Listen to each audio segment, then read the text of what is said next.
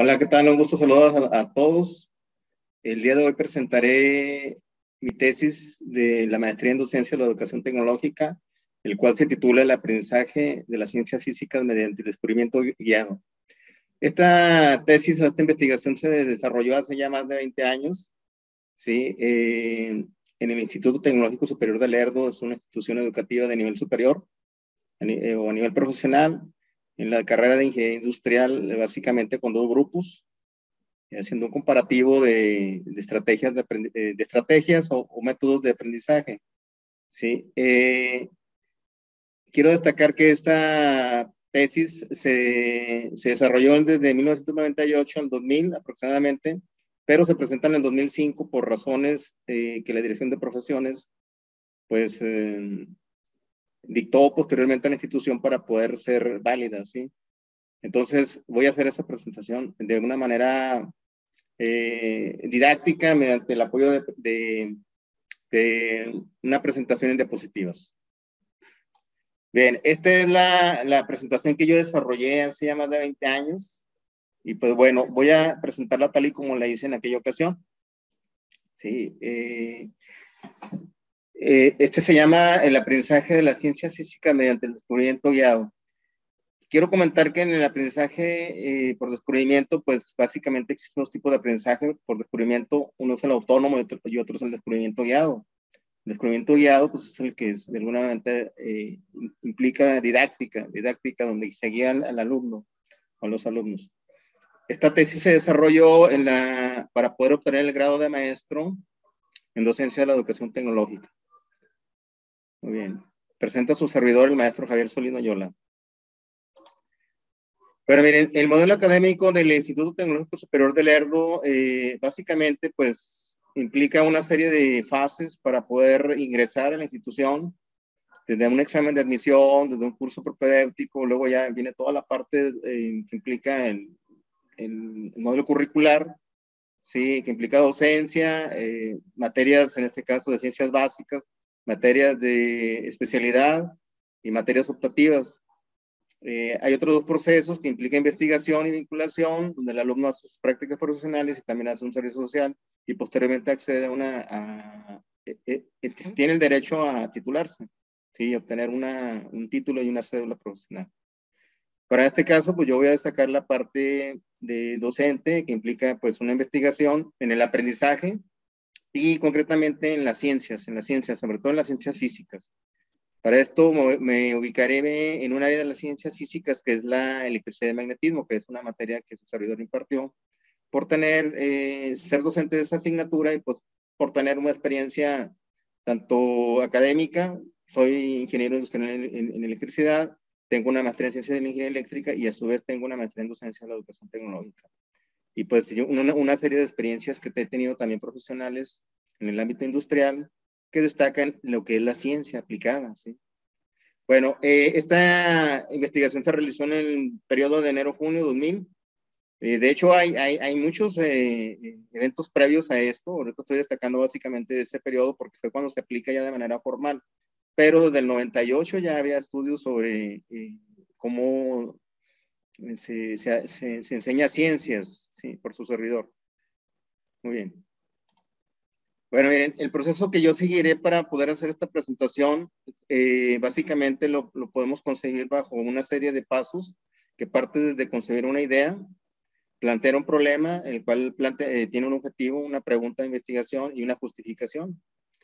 Posteriormente se inserta en un marco teórico en el cual pues me da una explicación o una posible respuesta a lo que yo estoy planteando como pregunta, ¿sí?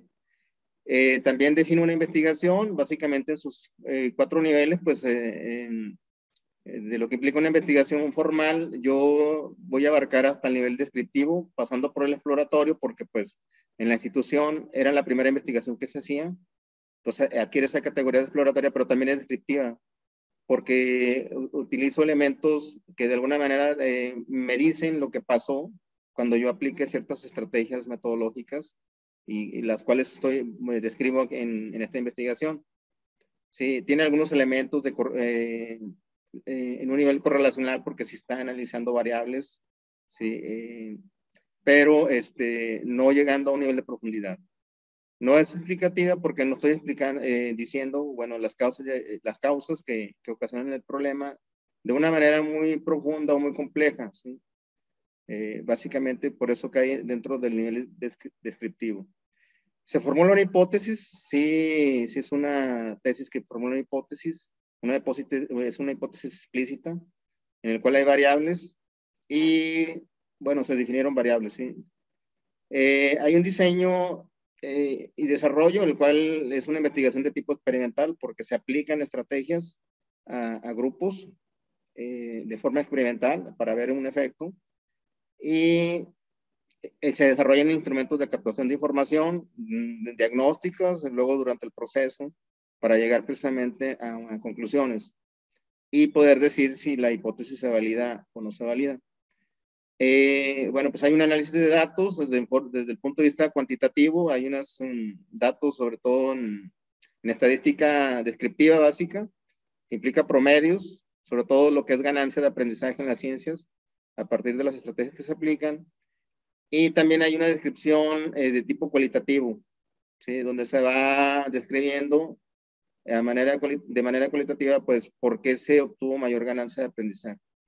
Y bueno, finalmente se presenta el informe como el que estoy haciendo actualmente, o en este momento.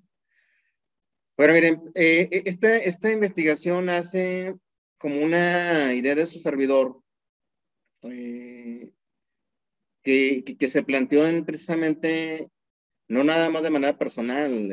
Cuando se trabaja en una institución educativa, se trabaja en academias, con profesores, ¿sí? Sobre todo de las áreas que son afines, como las matemáticas, las ciencias, química, por ejemplo, o física, ¿sí?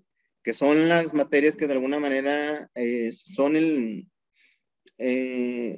pues la plataforma, lo que es la plataforma inicial de formación del alumno que entra a una carrera de ingeniería, ¿sí?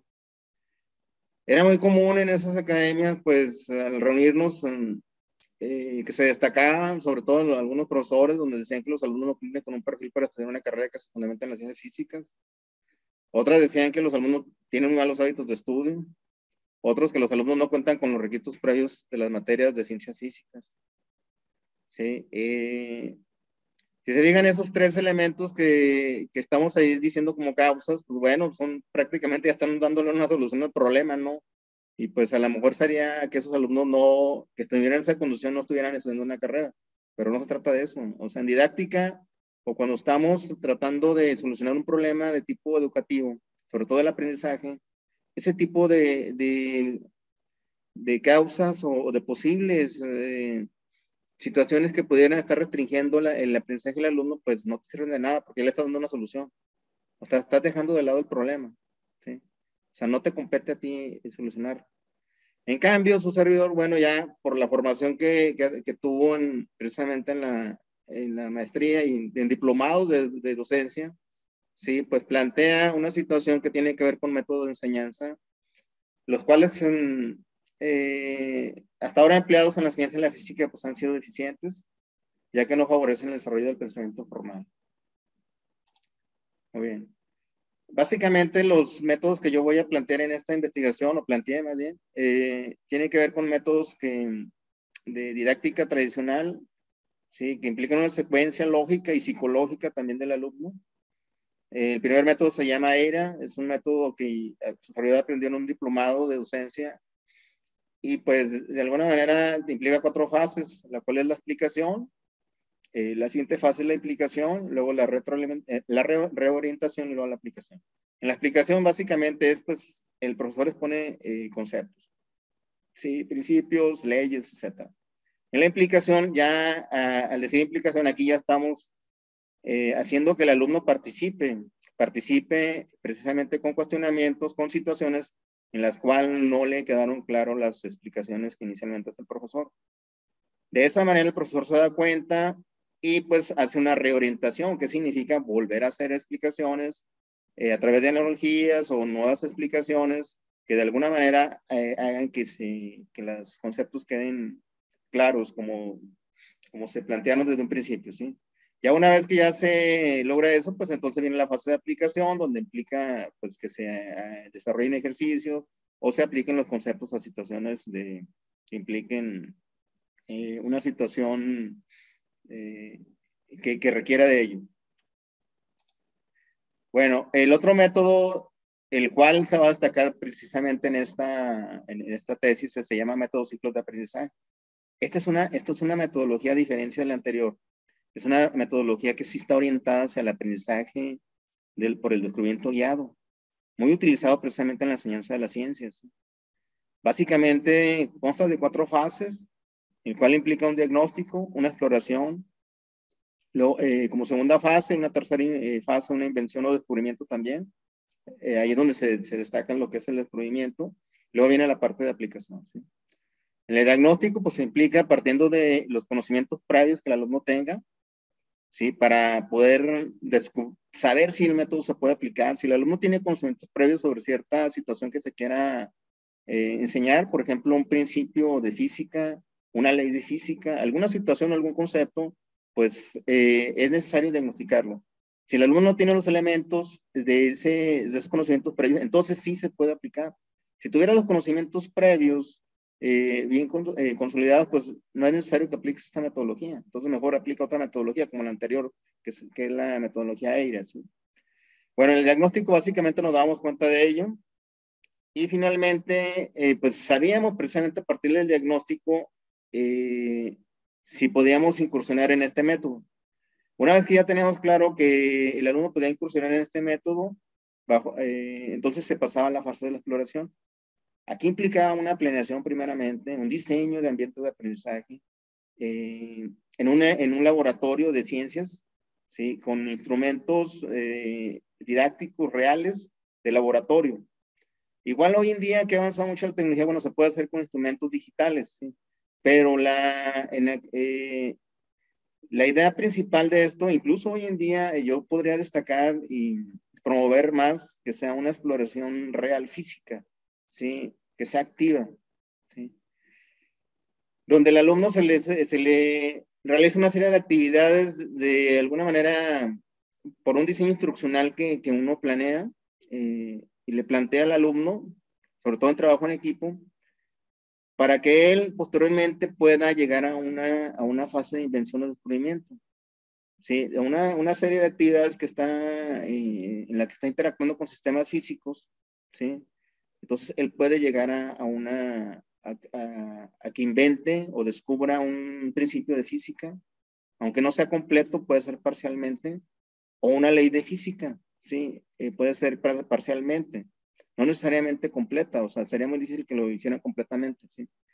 Una vez que llega a eso, entonces, pues ya puede pasar a la fase de aplicación, ¿sí? Donde hace la transferencia de ese conocimiento aprendido, ¿sí? Hacia una situación que implique el conocimiento de ese concepto, ¿sí? Muy bien. Bueno, entonces el objetivo de esta investigación es verificar y comparar las ganancias de aprendizaje de las ciencias físicas con la aplicación en conjunto de los métodos EIRA y ciclos de aprendizaje, y cuando solamente se utiliza el método EIRA. O sea, 2 métodos, un tradicional más un método orientado hacia el aprendizaje por descubrimiento en un grupo, y el otro cuando es solamente el método tradicional, es el método EIRA. Bueno, aquí planteamos una pregunta de investigación, un cuestionamiento, ¿sí?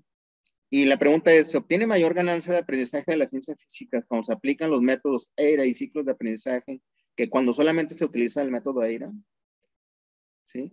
O sea, aquí, cuando aplicamos 2 métodos, el tradicional y el de ciclo de aprendizaje orientado al descubrimiento, se obtiene, es mejor que cuando solamente se aplica el método tradicional EIRA. Ese es el cuestionamiento, la pregunta que me induce a hacer la investigación, ¿sí? Y que tengo que responder a través de este proceso de investigación. Bueno, la justificación. Esto nace precisamente porque cuando a los alumnos se les explica de manera formal, sobre todo a nivel profesional, pues se supone que han pasado pues, ya por niveles de primaria, secundaria y educación media superior, bachillerato, y se supone que han desarrollado el pensamiento formal abstracto de una manera muy amplia, ¿sí? Ese es el supuesto que uno como profesor de licenciatura profesional espera de los alumnos, pero la realidad es otra. esto que le estoy diciendo, ya tengo ya más de 25 años constatándolo y créanme que sigue igual, incluso a veces hasta peor. ¿Sí? Es increíble cómo el pensamiento formal no se ha desarrollado en sus niveles básicos, ¿sí? Y posteriormente cuando llegan a un nivel profesional, con alumnos que incursionan en una ingeniería, es lamentable cómo el alumno se pierde. Por lo tanto, es importante esa parte, ¿sí? Imagínense un sistema físico como este, en el que yo estoy explicando o diciendo incluso de una manera icónica, a través de un dibujo, cómo se genera la electricidad, ¿sí? Y luego en la parte de abajo, si se fijan, aquí hay una fórmula matemática que implica una ecuación, que es una ecuación diferencial. Esto es un sistema simbólico o matemático que me representa al sistema icónico de arriba, el sistema físico, ¿sí? Si yo al alumno inmediatamente le explico esto, porque supongo que ya él ya tuvo mucha experiencia práctica o real con sistemas físicos, ¿sí? Y me doy cuenta que no, pues caray, el alumno se va a perder. Y ahí empieza la desmotivación del alumno, empiezan los problemas y pues se empieza a perder. Y uno como docente se empieza a desesperar.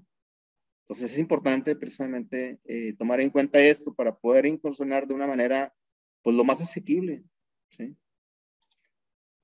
Bien, miren, por ejemplo, aquí tenemos modelos matemáticos.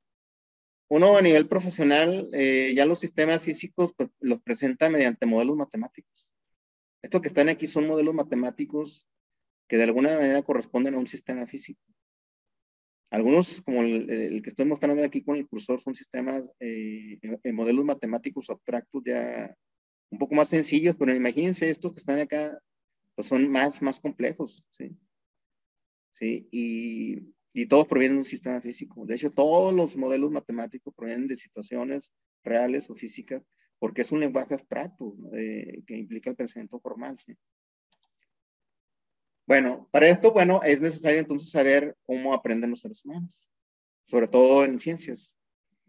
Miren, para poder entender, yo hace rato platiqué sobre ciclos de aprendizaje como el método que de alguna manera más relevante en esta investigación. Por eso autor Robert Karplus es un investigador que de alguna manera propuso este método, y del método EIRA también. Esto parte de teorías de aprendizaje. Las teorías de aprendizaje me explican y me describen cómo aprenden los seres humanos, ¿sí? Y es muy importante que yo como docente de ciencias tenga conocimiento de ello, porque de esa manera voy a poder comprender primeramente la situación del fenómeno en el cual estoy participando y poder ayudar de la mejor manera a mis alumnos. De eso se trata, ¿no? No nomás trata, que yo como a nivel profesional tenga conocimientos de ciencias, sino también tenga conocimientos sobre cómo enseñar. Y para ello, pues debo de saber al menos cómo aprenden los seres humanos, ¿no? Fíjense, yo parto de aquí del cognitivismo como una primera teoría que concibe al ser humano como un procesador de la información. Una teoría de aprendizaje que no concibió a los seres humanos como procesadores de la información, pues fue el conductismo, que era un modelo básico de estímulo-respuesta, era netamente conductual, no observable. Pero el cognitivismo se implica precisamente cómo se procesa la información y contempla pues memorias de largo plazo, o sea, almacena información previa que ya tengo como experiencia, la memoria inicial, que es la memoria sensorial, donde recibo la información a través de estímulos, ya sea visuales, ya sea de tacto, auditivos, etcétera, ¿sí? Entonces, todo eso, pues, si se da, hay conocimientos previos en la memoria a largo plazo, pues entonces, y presento una información de manera lógica y psicológica, ¿sí? Sobre ciertos contenidos, pues entonces tendré cierta garantía de hacer una codificación, ¿verdad? La codificación implica precisamente que se puedan vincular esos conocimientos previos con los conocimientos nuevos y entonces potenciar el aprendizaje. En el constructivismo, pues es un enfoque teórico que implica varias teorías, ¿sí? En este caso, que acepta o concibe a los seres humanos como procesador de la información también, como lo plantea el cognitivismo, pero también el contexto. O sea, el contexto implica pues, en donde se desarrolla precisamente el aprendizaje, el lugar donde estamos aprendiendo, ¿no? Para esto, pues hay varias teorías, entre ellas la teoría de Jean Piaget, o de Piaget, muy conocido, un epistemólogo, también psicólogo, ¿verdad? Él plantea una teoría que destaca el desequilibrio cognitivo, ¿sí? A través de esquemas nuevos, pero que se puedan potenciar partiendo o teniendo esquemas previos, ¿sí? Y de esa manera, pues se da un proceso de asimilación y en este caso, pues de poder formar nuevos esquemas, ¿sí? Potenciarlos. Sí, esa nos explica Jean Piaget de eso precisamente, o sea, cómo aprenden los seres humanos bajo ese concepto del desequilibrio cognitivo, partiendo precisamente de esquemas previos, ¿sí? O antecedentes previos, conocimientos previos, y pues de nuevos esquemas, ¿sí? Y potenciar esos esquemas. Esa es una teoría que es del aprendizaje, a diferencia del otro teórico que se llama Brunner, o Jerome Brunner, más el nombre completo, que es él fue uno de los primeros científicos de la ciencia, ¿sí? De cómo se aprende de manera formal, partiendo de principios pues de las neurociencias, ¿sí? Él se apropia de muchos conceptos de Jean Piaget, pero él propone no una teoría de aprendizaje en sí, sino más bien una teoría de instrucción. Una teoría de instrucción si una me dice cómo se describe o cómo se aprende, la teoría de Brunner es una teoría de tipo prescriptivo. Me dice qué debo de hacer para aprender. ¿Sí? Vamos, es la receta que tengo que aplicar, ¿verdad? Con una analogía con un médico, ¿verdad? Cuando tú vas y le dices cómo te sientes, le describes y él te prescribe. Bueno, aquí Bruna te dice cómo hacerle para que aprenda. Sobre todo destaca el aprendizaje por descubrimiento. ¿Sí? Muy bien. Y finalmente estas dos teorías son las que de ahí emergen precisamente o se diseña a partir de esos conceptos teóricos, descriptivos e instruccionales, pues la teoría de ciclos de aprendizaje por Robert Karpus. En el caso del método de ERA, es una teoría que implica el aprendizaje verbal significativo, sobre todo el que nos propone la teoría de David Ausubel. ¿Sí? El destaca también los conocimientos previos, pero donde pues se destaca que para poder aprender, pues el lenguaje es clave para poder aprender. ¿Sí? Partiendo de una situación de conocimientos previos, ¿sí? Y para poder potenciar los conocimientos nuevos. Y pues se contempla la cuestión lógica y psicológica, ¿sí? Muy bien. Bueno, entonces, cuando sometemos esta problemática a este marco teórico del aprendizaje que acabo de explicar, pues básicamente ahí me estoy dando cuenta o estoy dando una respuesta a lo que yo estoy planteando, ¿sí?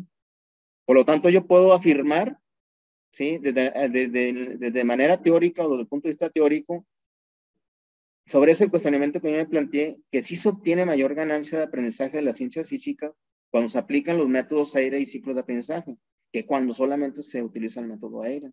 Desde ahí me está diciendo, ¿sí? Ya teóricamente lo estoy planteando como una afirmación y por lo tanto es una hipótesis. Ahora lo que me falta es validarla, ¿sí? ¿Qué tanto se valida? ¿Sí? Bueno, también ya como diseño, pues ya aplicado de una manera práctica, pues utilizo un método que se llama investigación-acción, que es cíclico. O sea, se aplicó durante 3 fases, básicamente partiendo de un plan, donde hay un diagnóstico, planteo una hipótesis, aplico las estrategias, aquí en este caso los métodos que hace rato expliqué, registro lo que pasa, aquí es donde yo observo, ¿verdad? Luego reflexiono, aquí estoy interpretando y analizando para volver otra vez al plan, o sea, a otro nuevo plan, reviso el plan. Y de esa manera, pues estoy bajo un proceso de mejora continua, ¿sí? No, mi plan se puede modificar siempre con miras hacia hacia una mejora continua, ¿sí? Yo apliqué 3 fases de este proceso. Hice 3 postpruebas, posteriores a la preprueba o el diagnóstico general, y de esa manera pues yo pude llegar a las conclusiones. Bueno, este es el diseño de la investigación. Básicamente hubo dos grupos de alumnos. Era un grupo de control en el cual se aplica un método EIRA y pues vimos la ganancia de aprendizaje de la física. Y luego en el grupo experimental, que es donde prácticamente pues aplico los dos métodos en conjunto, EIRA y ciclos de aprendizaje, ¿sí? De manera intrincada los métodos, ¿sí? Y pues también vimos el impacto de la ganancia de aprendizaje de la física. Bueno, se aplicaron precisamente bajo este diseño metodológico de investigación y acción.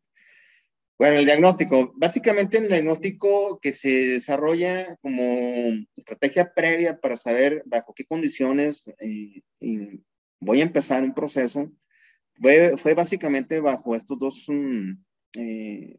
estrategias, ¿sí? Fue un cuestionario de datos del alumno y experiencias previas del área de física general y sobre todo electricidad y magnetismo, porque era la materia concreta que estaba manejando, ¿sí? Para la investigación.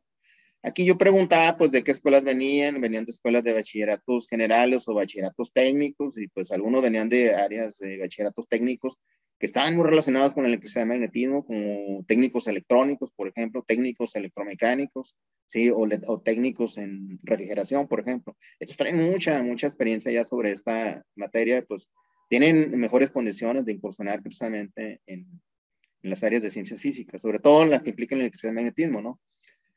Y sobre todo me di cuenta con estos, y ustedes van a dar cuenta en la tesis que por ahí estoy también compartiendo con ustedes a través de esta presentación, en el documento técnico, cómo es que los alumnos no conocían, muchos de ellos, equipos didácticos de laboratorio de ciencias. No habían hecho actividades físicas, actividades reales de experimentación. Mucho de lo que sabían era porque se les platicaba o porque veían un libro. En el menor en el mejor de los casos veían a veces videos, ¿sí? O hacían alguna actividad de laboratorio, pero todo era guiado y les decían qué iba a pasar. Nunca descubrían, ¿sí? El otro fue una preprueba de conocimientos previos de física general y electricidad y magnetismo. Aquí pues se les planteó de manera formal preguntas relacionadas con la física general y la electricidad y magnetismo. ¿Sí? Un examen de 60 reactivos, ¿no? Con opciones múltiples. Y pues es un examen objetivo, ¿sí? Bueno, este es un ejemplo precisamente de los tipos de reactivos que resolvieron en la prueba, sobre todo que tenía que ver con los conocimientos previos de las ciencias y sobre todo el electricidad y magnetismo. Se plantea un diseño instruccional aquí, una situación, hay una que se representa mediante un modelo mental icónico o gráfico, y posteriormente ya se pregunta mediante la solución, cuál de las soluciones es la correcta. Se fijan, son modelos simbólicos, abstractos, ¿sí? Saber si esto lo entendían, si lo podían, si sabían interpretar el modelo icónico o gráfico de lo que se estaba planteando aquí, y luego ya después saber si se sabía representar de manera abstracta o simbólica mediante fórmulas matemáticas. Bueno, las características de los sujetos de estudio, tanto del grupo del control como experimental, fueron para la materia de electricidad industrial, o también llamada electricidad y magnetismo. Fue para alumnos de segundo semestre de la carrera de Ingeniería Industrial del Instituto Tecnológico Superior de Lerdo en el semestre de enero-junio del 2000. Las edades promedio de los alumnos eran 18 a 20 años, alumnos que ya deberían de tener muy desarrollado el pensamiento formal, ¿sí? Eran grupos grandes, un grupo de control de 43 alumnos en el turno matutino, en la mañana, un grupo experimental de 39 alumnos, turno vespertinos por la tarde. Y pues son carreras de ingeniería donde pues en ese tiempo, por los datos que aquí yo estoy mencionando, 75% eran mujeres, y hombres, y 25% hombres, en ambos grupos, ¿sí? Los criterios de no inclusión para el caso de los resultados que yo planteo, obtuve más bien, y lo presenté como conclusiones, son los alumnos recursantes, alumnos que habían repetido, ¿sí? A eso me refiero. Había 4 alumnos en el grupo experimental, en el cual se se aplica la estrategia. En el grupo de control no se reporta ninguno. Entonces, estos 4 que estoy presentando aquí no los tomé en cuenta para los resultados que implican las conclusiones. También alumnos técnicos afines a la materia electromagnetismo, que ya les había comentado. 6 en el grupo experimental, 4 electromecánicos y 2 electrónicos. Estos traen muchos conceptos previos ya muy desarrollados sobre lo que se aprende precisamente en esta materia de electricidad y magnetismo o electricidad industrial. Y había 2 en el grupo de control, 4 electromecánicos y 8 electrónicos. ¿Sí? Esos no fueron considerados. Por lo tanto, quedó precisamente en el grupo de control 31 alumnos que fueron estudiados, analizados, y en el grupo experimental 29 alumnos. Y bueno, los resultados precisamente que se obtuvieron en la preprueba de conocimientos previos con el examen de reactivos o el examen objetivo, para el grupo de control, sí, que en el cual se le iba a aplicar una sola metodología, fue de 63.5% en promedio. ¿Sí? Podemos decir que es aceptable. En el grupo experimental, que solamente 29 alumnos obtuvieron un promedio de resultado de 44.3% en promedio. Se fijan, hay una diferencia muy, muy, muy grande precisamente en cómo se iba a iniciar este proceso. ¿Sí? Si yo como maestro llego y enseño los 2 grupos de igual manera, pues vaya, o sea, me voy a dar cuenta inmediatamente, pues al grupo que voy a afectar más es al grupo experimental. Y precisamente este tipo de situación de estudio me ayudó precisamente para poder definir cuál grupo iba a ser el de control y cuál iba a ser el experimental. Yo ya sospechaba por muchas situaciones, ¿sí? Que tienen que ver con cuestiones administrativas, el grupo de la mañana y los grupos de la tarde. Bueno, hay una situación que pues, no puedo platicar o ampliarme aquí en esta presentación, pero ya hay una sospecha precisamente de qué grupo trae mejores condiciones y qué grupo no. Pero yo tengo que demostrarlo, lo estoy demostrando o lo demostré precisamente con esta diagnóstico de conocimientos previos. Si se fijan, hay una diferencia de 19.2%. Esto es muchísimo en diferencia, ¿sí? No se tienen las mismas condiciones para ambos grupos. Hay un grupo en el cual va a salir mejor, ¿verdad? Y otro grupo que va a tener muchos problemas. Bueno, pero bueno, ya una vez que se aplican las estrategias de las 2 metodologías, EIRA y ciclos de aprendizaje, para el grupo experimental, y en el grupo de control, la metodología tradicional EIRA, pues voy obteniendo ya resultados, fíjense. En la postprueba 1, en el cual implica electrostática como un área de la electricidad y magnetismo, la electricidad estática, en el grupo experimental un 74.3%, y en el grupo de control 76.4%. O sea, muy, muy parecidas, ¿sí? Sus resultados. En la postprueba, que es electrodinámica, que es electricidad ya, lo que es electricidad o corriente eléctrica, la carga en movimiento, el experimental 72.7% y el de control 82.3%. O sea, aquí sí se ve una diferencia, sobre todo el grupo de control. En la postprueba 3, que es electromagnetismo, que implica precisamente cuestiones de magnetismo o en combinación electricidad y magnetismo, que es lo que es electricidad y magnetismo.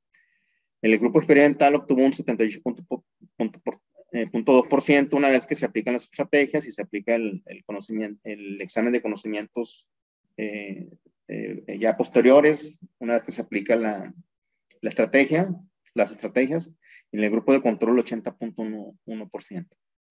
Pues vemos, el grupo experimental nunca superó al grupo de control, a pesar de que al grupo experimental se le aplicaron ambas estrategias, ¿sí? Pero bueno, aquí la situación no se trata de qué grupo sea mejor, sino más bien en cuál grupo se obtiene mayor ganancia. Y aquí podemos verlo precisamente en esta tabla de ganancias de aprendizaje. El grupo experimental, en la preprueba, diagnóstico previo del examen de opción múltiple inicial, 44.3, y el promedio de las pospruebas que hace rato explicó, 75.06, el cual se obtiene una ganancia de 30.76. ¿Sí?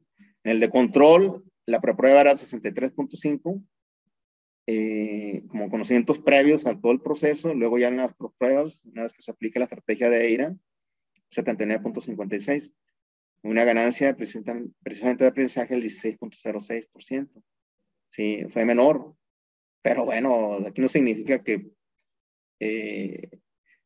se supone que de alguna manera ir aspirando a porcentajes más altos, pues no es tan sencillo, ¿verdad? Es más complejo. Pero aquí estoy notando precisamente una diferencia de ganancia de aprendizaje de 14.7% entre estos dos, ¿sí? Y esto precisamente me hace ver que desde el punto de vista cuantitativo sí se obtuvo mayor ganancia, aunque el grupo de experimental al que se le aplicaron los dos métodos nunca superó al grupo de control, pero obtuvo una mayor ganancia cuantitativamente, ¿sí? Pero bueno, ya conclusiones.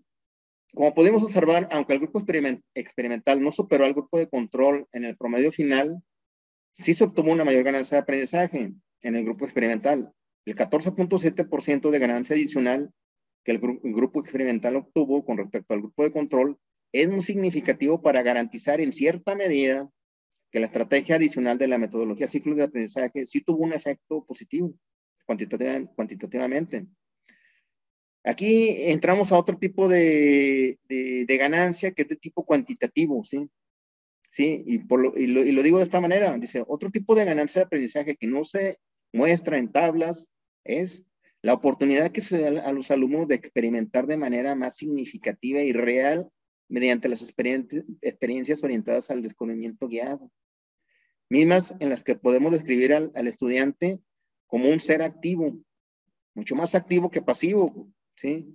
Al interactuar con el objeto en este caso, que quiere aprender, que es la física, ¿sí? Sobre todo con objetos reales, o sea, de una manera más activa, ¿sí? O experimental.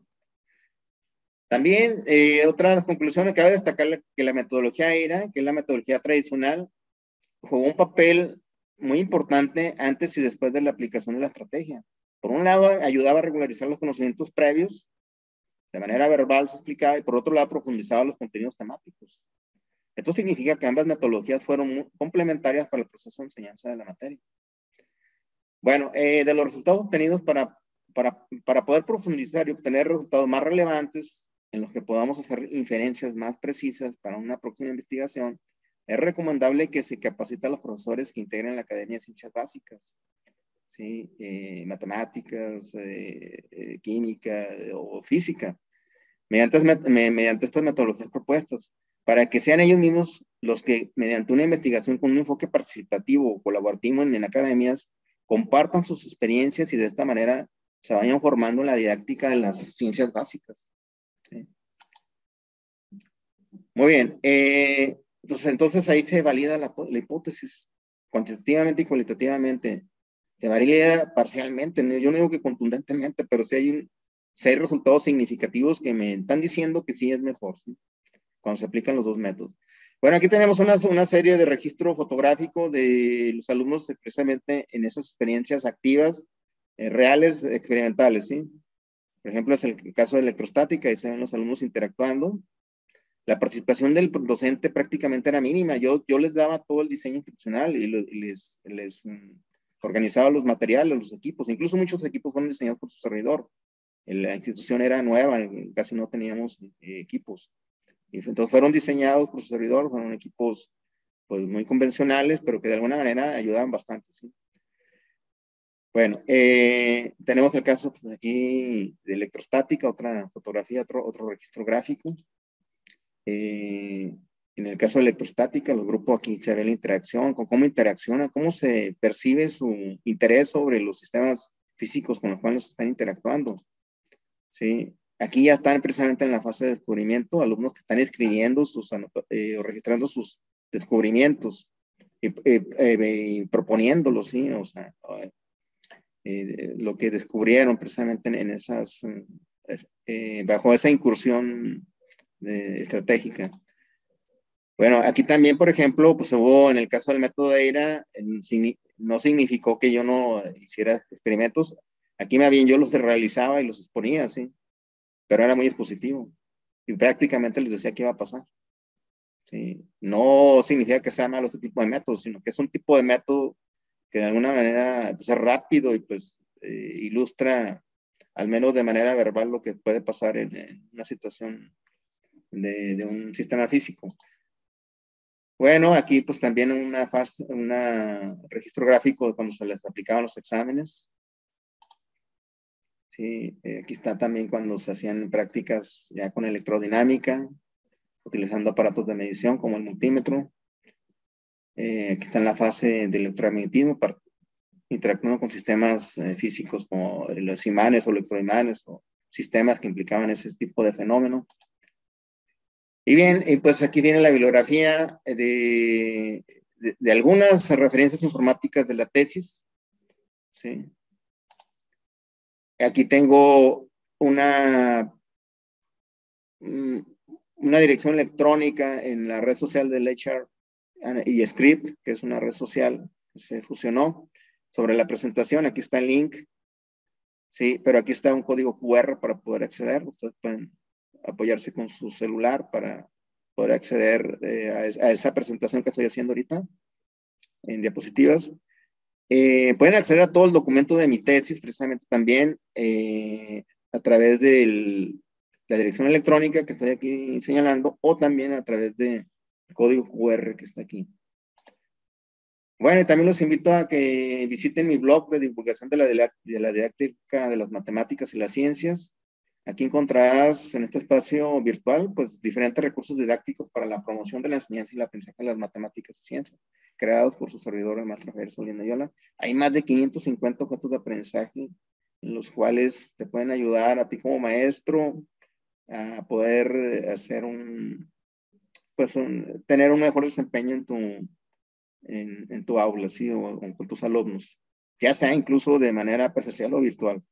Con esto termino, les agradezco mucho su atención y espero que haya sido de interés esta presentación.